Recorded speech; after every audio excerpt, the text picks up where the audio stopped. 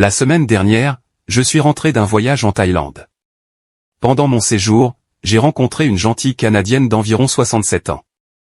Elle m'a raconté son histoire. Après avoir passé 45 ans à travailler comme secrétaire, elle en avait assez. Un jour, elle a annoncé à son patron qu'elle démissionnait et qu'elle commençait à voyager à travers le monde. Elle a admis que l'un de ses plus grands regrets était de ne pas l'avoir fait plus tôt. Cela m'a vraiment fait réfléchir. On nous apprend à travailler jusqu'à 65 ans, et ce n'est qu'ensuite que nous pouvons profiter de la vie. Mais que se passe-t-il si nous ne voulons pas suivre ce plan? Et si nous voulions vivre maintenant au lieu d'attendre? Cela m'a rappelé la semaine de 4 heures de Tim Ferriss. J'ai donc décidé de vous présenter quelques concepts clés, juste au cas où vous n'auriez pas encore 67 ans, et que vous ne voudriez pas avoir les mêmes regrets.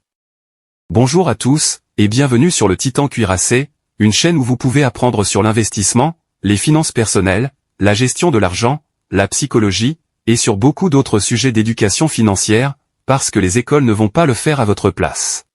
Si l'un de ces sujets vous intéresse, ou si vous voulez apprendre à mieux gérer votre argent, et à jouir d'une plus grande liberté financière, n'hésitez pas à vous abonner, à me laisser un like, et à activer la cloche des notifications pour être averti chaque fois que je publierai une nouvelle vidéo. Sans plus tarder, plongeons dans le vif du sujet. 1. Comprendre ses peurs. La première idée majeure est de reconnaître et de définir vos peurs. Tim Ferriss en parle, et je pense que c'est incroyablement important. Posez-vous la question suivante. Quel est le pire scénario qui pourrait se produire si vous choisissiez de vivre selon vos propres conditions? Imaginez le pire scénario sur une échelle de 1 à 10, où 1 est à peine perceptible, et 10 est complètement catastrophique et impossible à surmonter. Il y a de fortes chances que ce ne soit pas aussi grave que vous le pensez. Peut-être perdriez-vous un emploi que vous détestiez déjà, ou certaines personnes pourraient vous juger, des personnes qui ne poursuivent même pas leurs propres rêves. Mais la plupart du temps, même dans le pire des cas, les conséquences sont gérables. Et ce, en supposant que le scénario le plus défavorable se produise.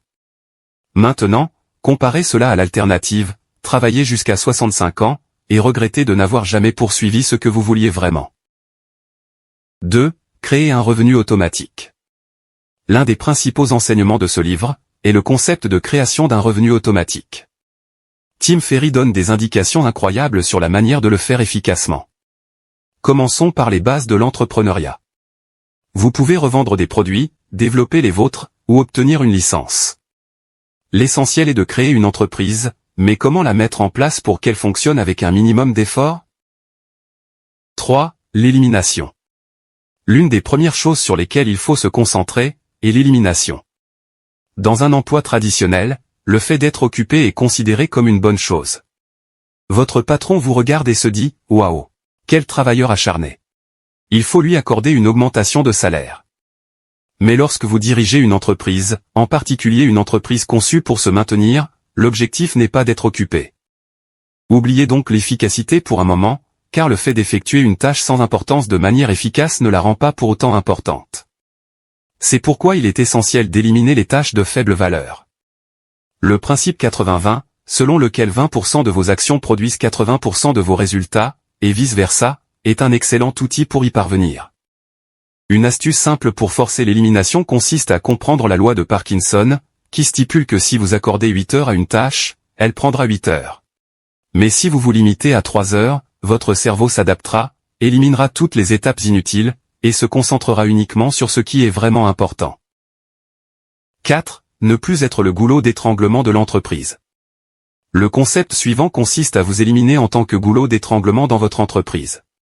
Imaginez que vous êtes propriétaire d'un stand de hot-dog, et que vous êtes le seul à le gérer. Dans ce cas, toute l'opération dépend de vous, ce qui signifie qu'il y a toujours une limite à ce que vous pouvez accomplir seul. Imaginez maintenant que 200 clients se présentent en même temps, mais que vous ne puissiez en servir qu'un seul à la fois. Les autres? Ils perdront probablement patience, et partiront. Mais si vous aviez 10 employés, vous pourriez soudain servir beaucoup plus de personnes en même temps, et vous ne seriez plus le goulot d'étranglement. C'est l'un des principaux moyens de faire évoluer une entreprise, servir plus de clients, tout en augmentant les bénéfices. Imaginons maintenant que votre entreprise se développe. Vous construisez de nouveaux stands, et embauchez de nouveaux employés. À ce stade, vous pouvez vous éloigner des opérations quotidiennes et vous concentrer sur le développement de votre entreprise, en améliorant le marketing pour attirer encore plus de clients, ou même prendre des congés. Pensez à McDonald's. Ces restaurants sont généralement occupés par de jeunes travailleurs, mais l'entreprise s'occupe du marketing, de la formation, et d'autres opérations à forte valeur ajoutée qui stimulent réellement la croissance. 5. L'externalisation. L'externalisation consiste à confier des tâches spécifiques à des sources externes, au lieu de tout gérer en interne. Tim Ferriss met l'accent sur 2 domaines clés que vous pouvez externaliser, tels que votre entreprise et votre vie personnelle. Je suggère d'externaliser les tâches liées à l'entreprise, avant de passer aux tâches personnelles. Comme je l'ai mentionné précédemment, l'externalisation de la main-d'œuvre vous permet de vous concentrer sur les tâches qui génèrent plus de valeur. Mais vous pouvez également externaliser lorsque vous n'avez pas les ressources nécessaires pour accomplir une tâche par vous-même. Voici un exemple concret. J'ai aidé mon frère à lancer sa propre entreprise. Mon frère aime concevoir des graphiques pendant son temps libre. Je lui ai suggéré d'imprimer ses dessins sur des t-shirts. Au lieu d'acheter du matériel d'impression, il a engagé une entreprise pour s'occuper de la production, de l'impression, de l'expédition, et du service clientèle. En externalisant, il a supprimé les aspects les plus fastidieux de l'activité, comme la gestion des stocks et l'expédition, ce qui lui a permis de se concentrer sur ce qu'il aime, la création. De plus, il n'a pas eu à investir dans du matériel coûteux. Au lieu de cela, il partage simplement les bénéfices avec l'imprimerie, ce qui lui a permis de démarrer son activité avec un capital minimal. 6. Le revenu absolu et le revenu relatif. Il s'agit d'un thème majeur du livre, qui souligne qu'il n'est pas nécessaire d'être millionnaire pour jouir du style de vie que les gens supposent que seuls les millionnaires peuvent avoir. En fait, il y a des avantages à ne pas gagner énormément d'argent. Je m'explique. Comparons 2 personnes, David, qui gagne $60 000 par an, et Jean, qui gagne $150 000 par an.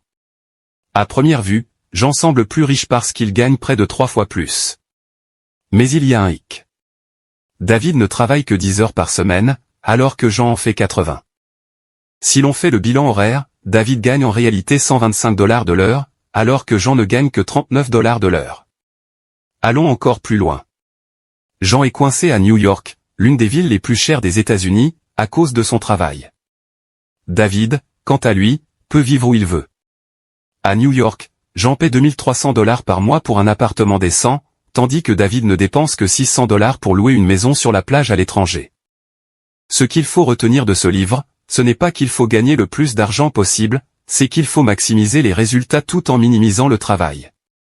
L'objectif est de créer de la liberté et de la flexibilité, afin de vivre sa vie comme on l'entend.